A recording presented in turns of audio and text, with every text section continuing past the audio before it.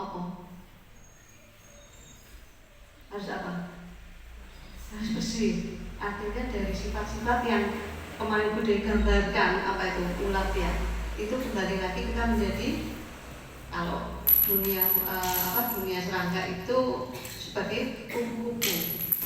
Kita harus kembali fitrah. Fitrah manusia itu diciptakan dalam keadaan suci. Nah, apa Bu yang mempengaruhi sehingga kok ada anak baik, ada anak buruk gitu ya? Itu salah satu diantaranya adalah lingkungan. Ya, makanya agama kamu itu agama temanmu. Maksudnya kalau kamu berteman dengan orang-orang yang buruk akhlaknya, maka ikut-ikutan. Ya, seperti orang kalau di pandai besi itu yang buat alat-alat itu rumah tangga, ada cangkul, ada pisau, itu kalau kena itu kan kena persikan, kena api. Kalau kita berteman dengan orang penjual minyak wangi, ikut harumnya, ya itu salah satunya seperti itu. Jadi perhatikan lingkungan. Yang kedua, ya itu biasanya kadang lingkungan orang tua, keluargamu ya. Mungkin karena kesibukan, Bu Dewi maklum, ada ibunya sibuk, bapaknya sibuk sehingga tidak bisa mengontrol pelajaran pendidikan agama pada anaknya. Ya.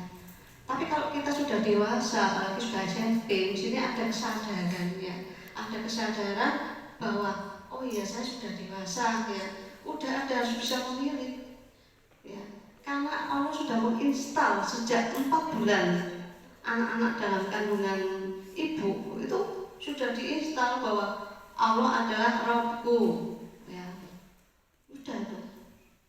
Jadi kita tinggal kesuburan kita gitu ya. Terus yang ketiga itu kadang kita itu ada semacam gini, nanti sajalah gitu ya. Kok masih muda kok masa harus sungguh-sungguh misalnya belajar agama, enggak. Justru kita mumpung masih muda, itu ibaratnya seperti kalau Ibu Dewi ibaratkan, kalau kita belajar masih muda itu seperti kita mengukir di atas batu ya. Ya, lama-lama kalau kena air terus kan batu kan berlubang ya. Ya, tapi kalau sudah kayak Bu Dewi ke atas, apalagi udah 50, 60 ya. Kalau belajar itu seperti kita meneteskan air di atas air, hilang gas gitu ya. Mudah lupa. Kalau kamu udah cepat ingat. Seperti kemarin ya Bu Dewi itu heran, putranya Bu Nur SMK ya itu TPA di belajar di TPA kelas 1 ya Bu. Itu kelas berapa? Viola kelas berapa? Kelas 1 ya. Itu Al-Fajr sudah hafal. Dari mana? Mendengarkan di HP. Jadi HP itu fungsinya luar biasa. Kalau gak ngaji luar biasa. Al-Fajr hafal itu 30 langsung. Bu Dewi sampai geleng-geleng, subhanallah ya. Ternyata Bu Dewi bisa membuktikan. Makanya kalau kelas 1 bisa Al-Fajr bisa hafal, kenapa SMP tidak gitu ya? Perbandingannya gitu ya. Gitu ya. Boleh ya Bu Dewi bandingkan gitu ya. Sehingga ada semangat untuk Bu Dewi gitu. Bukan Bu Dewi ini jalan. Itu semangat. Oh iya, Bu Dewi sudah membuktikan. Ya, putranya Bu Nur, guru SMK sini ya. Kelas 1 saya ajar kemarin itu. Langsung hafal. Dari mana dia mendengarkan? Jadi HP itu bukan hanya digunakan untuk game atau untuk SMS, tapi diisi, diinstal yang tadi terus 30 dulu lah ya. Dengarkan dulu.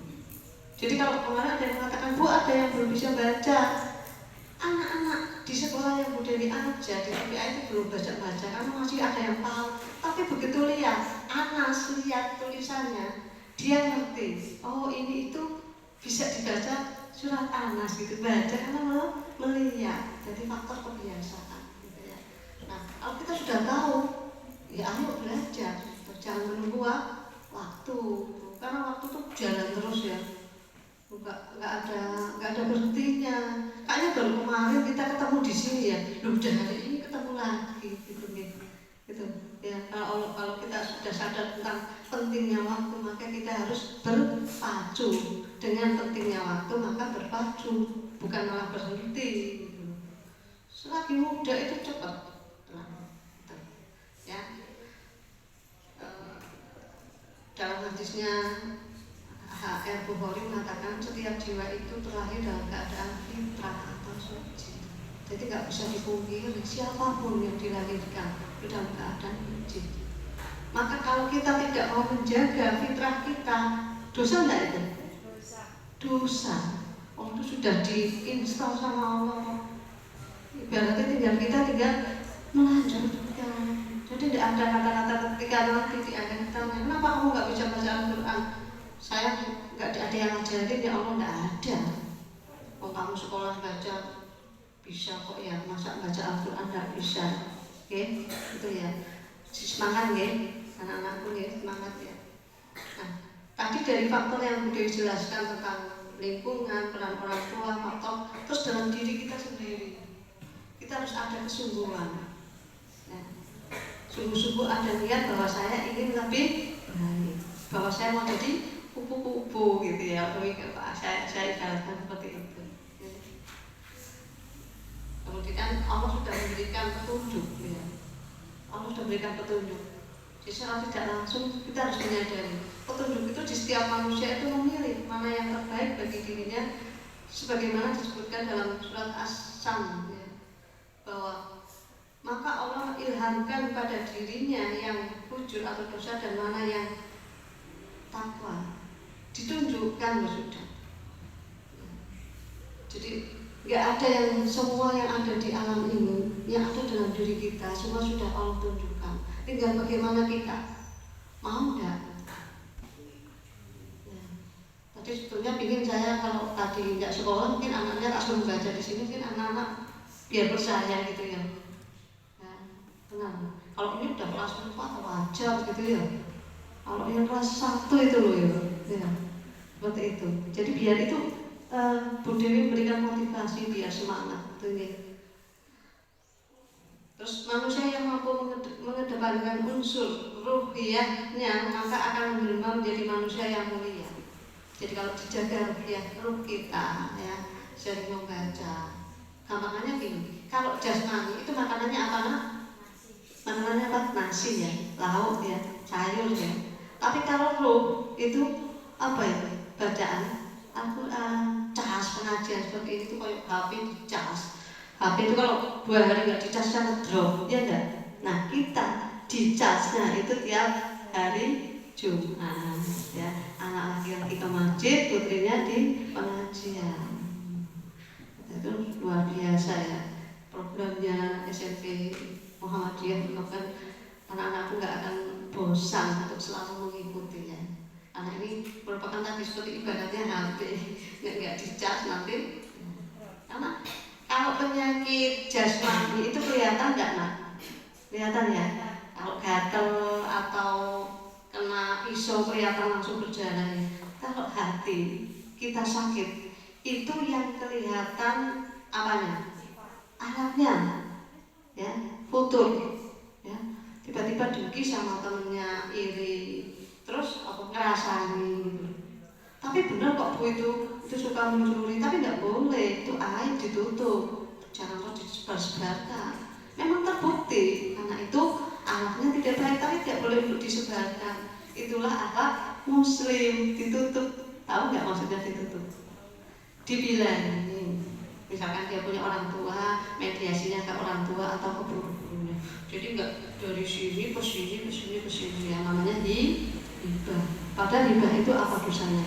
Seperti kita memakan bangkai, loh, mabuk yang ngono rasanya, apalagi memakan. Seperti apa rasanya? Ya. Itu ya. Jadi orang yang mulia itu tadi menjaga ruhnya. Terus kalau udah ibaratkan kalau misalkan hatinya yang rusak, kotor, ya, yang tidak dibersihkan itu seperti hati ada bersahnya. Kalau ini kok tulis ya, kita ibaratkan. Kalau dosa itu kan bercahaya hitam. Terus sampai banyak tutup hatinya, akhirnya hitam. Kalau nggak sering dibersihkan, bacaan apa? Zikir ya, terus bacaan Al-Quran, ya tadi akhlak yang baik maka akan bersih ya. Jadi yang tadi yang hitam di sini akan menjadi kembali lagi putih. Itu. Yang tahu siapa? Kita.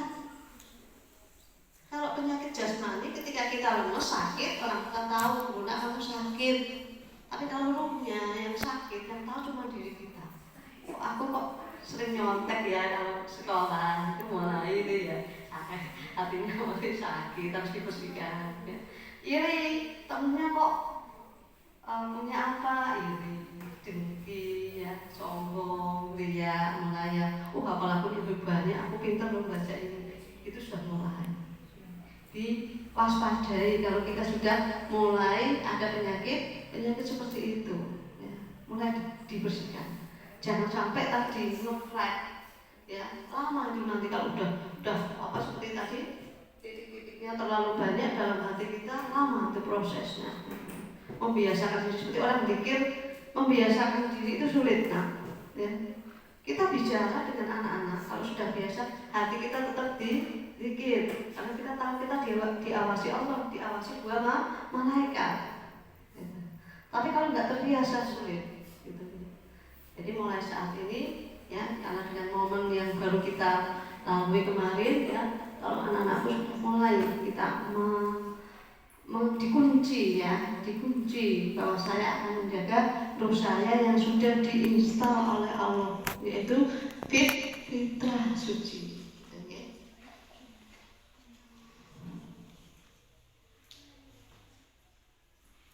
Kemudian Allah memberikan kepada diri kita dalam keadaan suci tadi dan bersih. Sudah barang tentu Allah ingin roh kita kembali pada hal yang bersih. Jadi ketika kita dilahirkan dalam keadaan suci tadi, maka ketika kita kembali, kita harus dalam keadaan suci.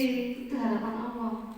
Makanya kehidupan di dunia itu sebenarnya adalah suatu perlombaan. Perlombaan sesungguhnya adalah itu tentang kehidupan.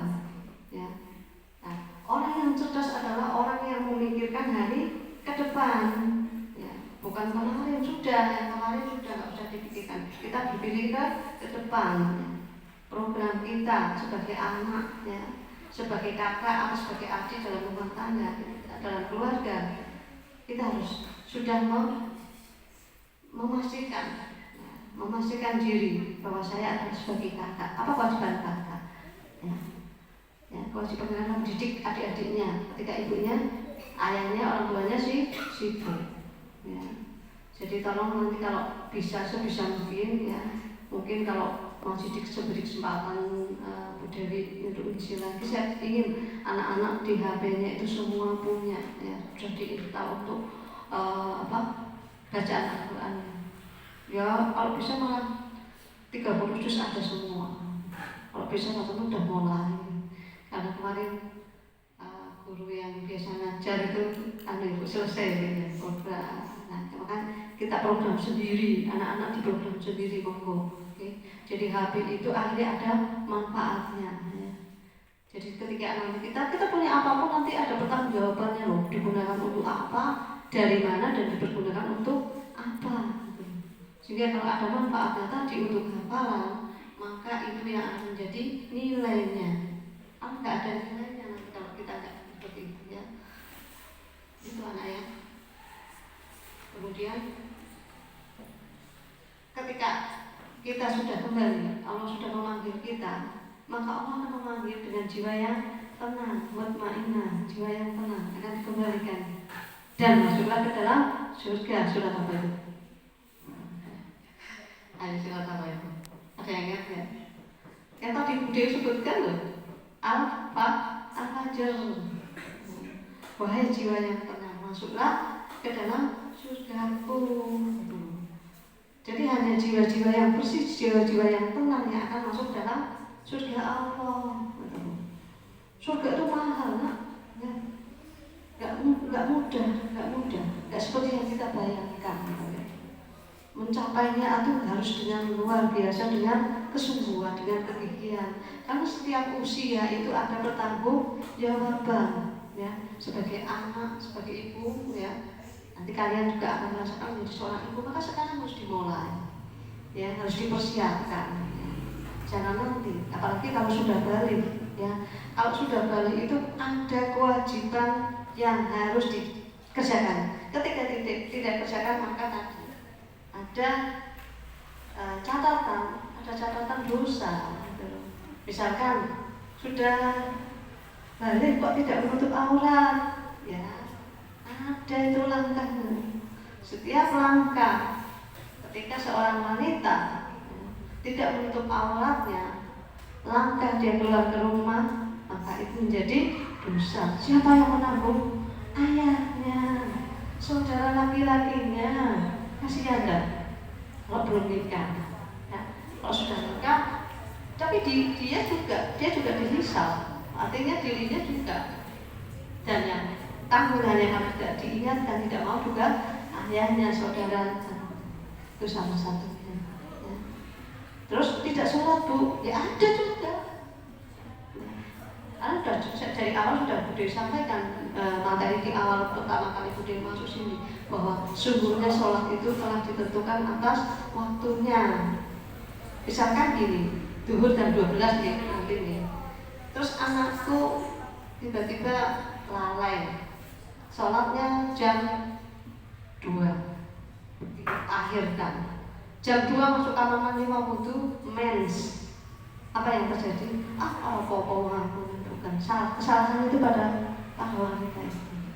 Makanya kenapa ada dikatakan bahwa wanita itu bisa masuk surga karena 3 hal: sholat tepat waktu, puasa pada bulan Ramadan, dan taat pada suami. Sholat tepat waktu maksudnya tadi, jangan sampai karena kelalaian kita sudah masuk zuhur, kita lalai sampai jam 2. Nah, waktu kesana berarti kelalaian. Ya, jangan terus, wanita kan memang seperti itu, ya, tapi tidak bisa, ya, tidak bisa dilogika seperti itu. Sungguhnya sholat itu telah ditentukan atas waktunya, maka jangan sampai lalai. Biasanya itu, Bude pernah baca dalam buku apa itu setan akan mengganggu kita itu 5 menit sebelum masuk sholat. Jadi hati-hati. Kalau anakku sudah masuk mau duhur, tahu ya jamnya ya, bel ya. Duhur itu tiap waktu kan berubah ya, tiap bulan. Misalkan duhur sekarang jam 12 kurang 5. Ya. Maka sebelum duhur kurang 10 menit sudah siap-siap berduduk. Karena apa tadi? Kalau kamu sudah lalai masuk pas sudah nggak ada persiapan untuk mengingat sholat, maka langsung tadi mundurnya sampai jam 2, diakhirkan. Karena alasannya bajunya kotor gitu ya, subuh karena subuh mau pulang dulu baju dulu. Padahal itu bukan, kalau kamu rusuh misalkan bukan karena kena najis, tidak apa-apa, boleh. Kalau kena najis baru itu tidak boleh kalau udah sholat ya. Kalau misalkan hanya faktor darurat loh ya, faktor darurat, orang di sawah misalkan sudah masuk disiram pakai air, tidak apa-apa, kasus kasih. Jadi jangan punya itu, ya memang sholat pada tempat yang bersih, tetapi ketika darurat maka itu dibiasakan. Kalau kita nggak biasa, tidak akan. Seperti Bude waktu zaman dulu waktu masih sekolah ya, dari Wonosobo ke Malang, berapa jam perjalanan. Kalau nggak biasa sholat di bis bingung, tapi tahu ya. Saat-saat sholat, lihat jam, kita di mana saja harus bisa sholat. Tapi kalau tidak, maka yang terjadi adalah mengabaikan. Loh saya musafir kok gampang nanti. Ya, akhirnya menjadi sebuah kebiasaan. Manusia itu sudah biasa. Ya. Bude bisa seperti ini karena Bude dulu sudah memaksakan diri. Ada satu ayat yang Bude ingat sejak kelas 6. Sejak Bude mau balik Bude sampai kelas 2 saya baru balik ya. Jadi kelas 6 Bude baca ada satu ayat. Sesungguhnya tidak kuciptakan jin dan manusia dalam rangka untuk ibadah. Oh berarti apa yang kita lakukan semua nilainya ibadah. Iya, nilainya ibadah. Tidak ada yang main-main di dunia ini. Ya, buku jenengan, kamu masuk kemana itu semua adalah nilainya ibadah. Berjuang kan? Ya, untuk mengenalkan keluarga ibadah, semua ibadah. Ya, makanya pula main-main HP yo. Harus terus dolanan HP terus dolanan game terus salahnya. Yang lain gitu loh. Upayakan seperti itu. Kalau ada yang minta tidak apa-apa, biar Dewi semangat untuk belajar. belajar. ya Bu Dewi senang kenapa kadang kemarin baru saya ngisi di teman-teman di Cepu gitu ya. Bu Dewi kalau diberi kesempatan tuh malah senang jadi baca Bu Dewi, jadi mengingat apa yang pernah saya pelajari. Kadang kalau nggak ngisi itu kadang kan mengabaikan, malas baca bukunya banyak ya. Tapi kalau pagi tadi ya Pak tadi bangun jam 8 SMS itu. Baru tak buka HP-nya jam setengah, udah bangun jam 3 tadi. Terus pagi baru tak lihat ya kira-kira apa yang kira-kira. Kadang mendadak, kalau mendadak ya seperti ini. Tapi alhamdulillah bisa masuk ya. Jadi terima ya materinya ya. Dari umumnya manusia itu diciptakan dalam keadaan fitrah. 4 bulan kita dalam kandungan ibu, ketika roh ditiupkan maka sudah mengatakan bahwa Allah itu Tuhan itu Allah. Jadi sudah menentu. Nah sekarang kita tinggal langsung memaksimalkan potensi yang sudah diberikan sama Allah tadi. Jadi tidak ada kata-kata ya karena lingkungan bisa kita berlepas dari lingkungan, tidak harus. Jadilah seperti ikan, tahu ya? Ikan itu apa nak? Ikan itu tawar, padahal air laut asin, ya enggak? Lingkungan itu, ya enggak? Dia hidupnya di air laut, tapi kenapa dia enggak asin? Ya enggak? Ya enggak? Ya, benar ya? Ya benar. Nah, itulah. Jadi walaupun lingkungan itu pengaruhnya besar, tetapi kalau kita sudah kokoh, sudah kuat. Misalkan suatu saat ada acara apa ya, bela diri ya, pencaksilat atau apa itu di mana itu anak-anak desa. Masuk asar, berhentilah sholat dulu. Itu biar aja, berhentilah dulu. Ya, dulu Bu Dewi juga punya teman seperti itu. Ada langsung izin ke kamar gurunya keluar sholat tidak apa, karena sudah ada. Kita lebih takut ketika nanti dipanggil Rasulullah. Adzan itu panggilan, bukan orang yang manggil ya, panggilan waktu sholat. Ya, panggilan bahwa waktu sholat itu telah tiba, itu adzan. Iqomah tanda bahwa sholat akan dimulai. Nah, kenapa kok kita nunggu iqomah dulu? Harusnya adzan langsung wudu, terus sholat sunnah, kan gitu. Sehingga nanti kalau kita masuknya di sudah komat, maka kita terlambat pasti, karena di komat walaupun kita misalkan sholat di rumah, saya sholatnya di rumah kok enggak di masjid ya, tapi sudah termasuk nanti kalau kita membiasakan itu nanti menterlambatkan.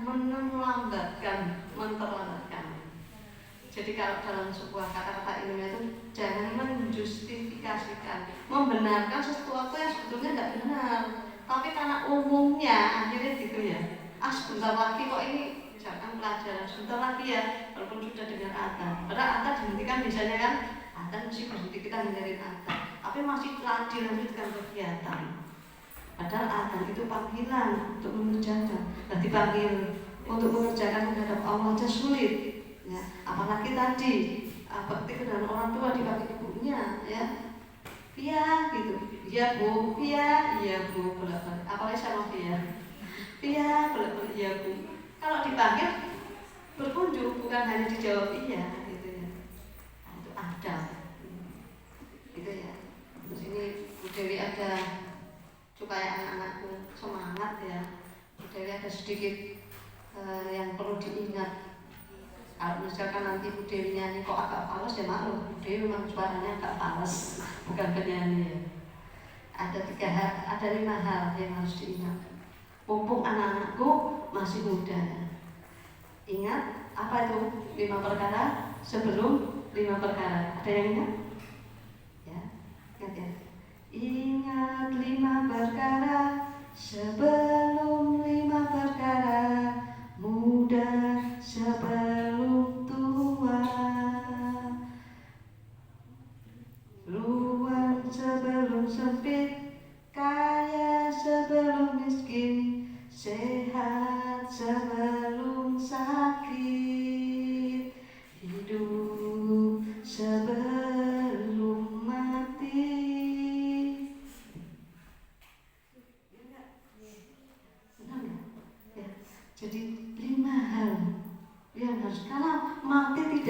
tua, mati tidak harus sakit, ya enggak?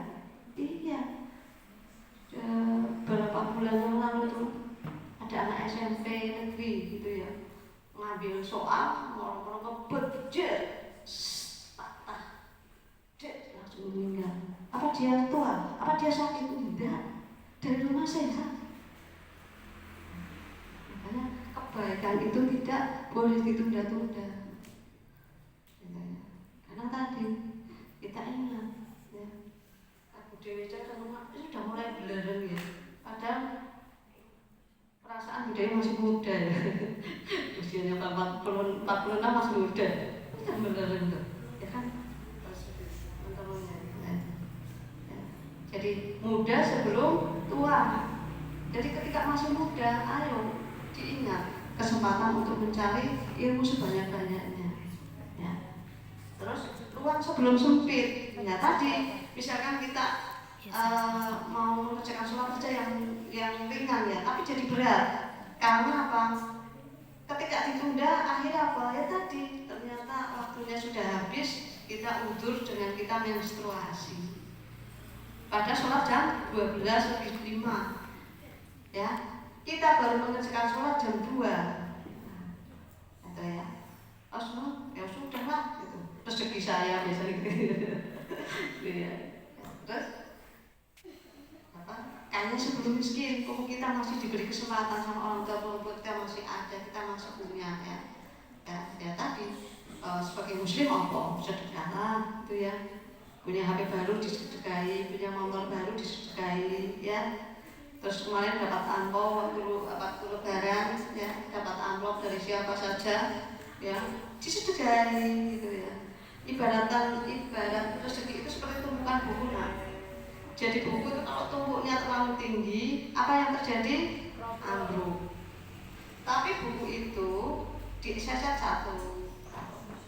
Mipil. Terus nanti numpuk lagi tidak akan pernah ambruk. Artinya rezeki kita insya Allah kekal. Terus kalau makan pisang kira-kira sama kulitnya enggak?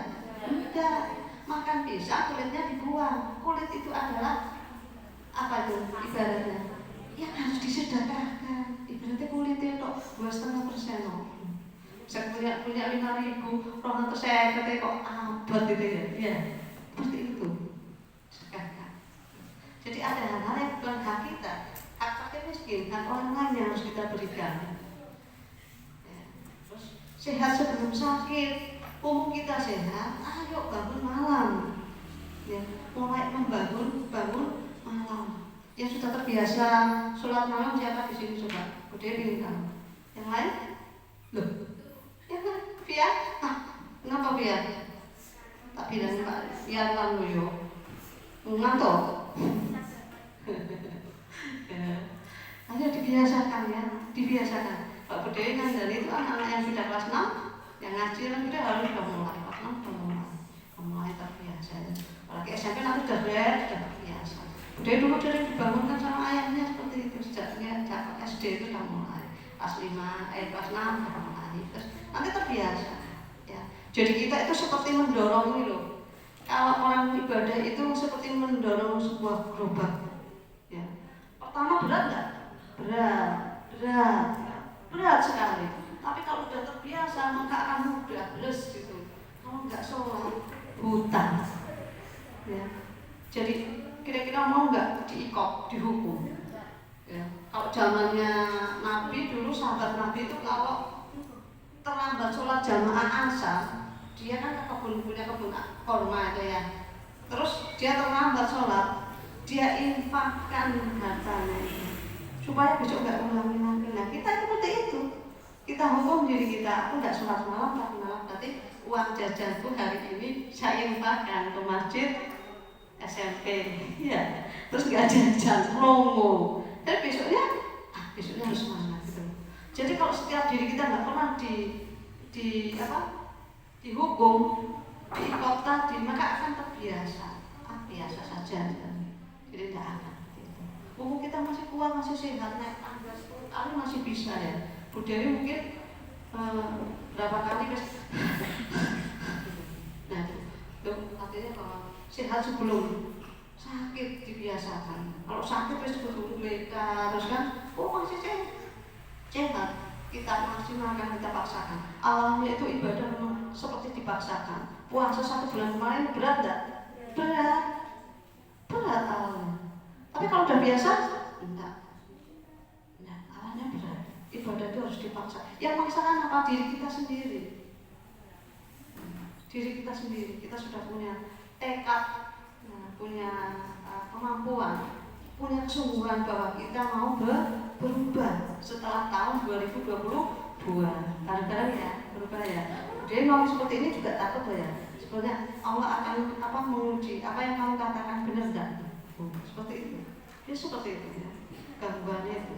Jadi jangan dikira orang yang ngomong yang suka dakwah ceramah itu ujian lebih berat. Karena dia akan diuji apa yang dia katakan. Makanya beratnya di situ. Tapi seninya saya jadi belajar. Seninya dia belajar. Tapi beratnya akan menguji suatu saat apa yang dikatakan dalam. Makanya tak catat kok. Dia habis ngomong apa jadi ingat nanti. Terus yang terakhir, hidup sebelum mati. Jadi kalau sudah innalillahi wa inna ilaihi raji'un sudah ada jangan. Apakah ibumu tersayang bisa menunggu kamu di makam? Ayahmu tidak, akan ditinggalkan sendiri. Ya. Jadi persiapan itu jangan sampai lalai, jangan sampai teledor. Ya. Coba bayangkan dalam satu kotak ya, satu kotak tanah. Dalam satu kotak ya, kita sendirian, gelap. Tapi kalau sudah ada persiapan, sudah ada ibaratnya itu kita sudah punya bekal, kita tidak akan takut, yakin gitu bahwa bekal kita sudah ada. Seperti kamu ke sekolahan bawa motor, mesti sanggup kan ada uang bensin ya. Tapi kalau enggak, coba kira-kira gimana? Deg-degan ya. Nanti kok di jalan piye gitu ya. Sama. Berarti kita perjalanan di akhir itu lebih jauh loh ya. Jangan bayangkan sini Jakarta ya. Gitu ya. Jadi kalau di sini 1 tahun, di sana sehari. Ya. Jadi bekalnya itu lebih banyak. Ya. Jadi makanya mumpung masih ada kesempatan, kita masih diberi nafas, ya, tolong dimaksimalkan. Karena itu kuncinya adalah dalam diri kita, dari punya azam. Azam itu apa? Tekad. Nah, punya azam yang kuat bahwa saya harus berubah. Coba bareng-bareng. Saya harus berubah. Saya harus berubah. Saya harus lebih baik. Saya harus lebih baik. Itu langsung dicatat sama mereka pelihara ini udah janji gitu. Ya boleh ya, jangan. Jadi kebiasaan seperti itu ya. Barangkali itu gitu yang bisa saya sampaikan pada siang hari ini untuk anak-anakku. Mudah-mudahan apa yang kita dapatkan ilmu pada hari ini bisa bermanfaat baik untuk diri saya sendiri, untuk anak-anakku, dan menjadi motivasi ke depan bahwa hidup ini ibaratnya adalah umpama, dan hidup ini sudah digariskan. Ada sesuatu yang kata kuncinya adalah Allah sudah menginstal kita sebagai hamba yang fitrah, maka kembalikan kita ketika kelak kita kembali pada Allah, maka kita dalam keadaan fitrah. Itu ya kunci, kata kuncinya ya. Itu yang bisa saya sampaikan, dan mohon maaf ya anak-anakku, itu hanya sebagai Budewi motivasi. Kalau tadi Budewi menggambarkan sesuatu motivasi tidak lain dan tidak bukan adalah saya ingin anak-anakku itu memiliki karakter yang kuat. Kalau orang punya karakter di mana-mana, insya Allah disegani. Ya, insya Allah disegani. Tidak ada orang itu tidak segan orang yang punya karakter. Tapi kalau orang yang mudah dinyang, tahu ya dinyang apa? Mudah dibelokkan gitu ya. Jangan, masih jam segini, nanti aja sholatnya. Tidak, udah waktunya saya sholat. Tetap biasa. Akhirnya begitu kebiasaan kita masuk dalam kemarin seperti saya di rumah teman, begitu ada langsung sudah disiapkan tempatnya tanpa kita minta. Kamu sudah tahu karakter kita. Tapi kalau enggak, biasa kok gitu. Manusia itu berangkat lagi dari faktor kebiasaan. Itu nih anak-anakku. Akhir kalam, masalah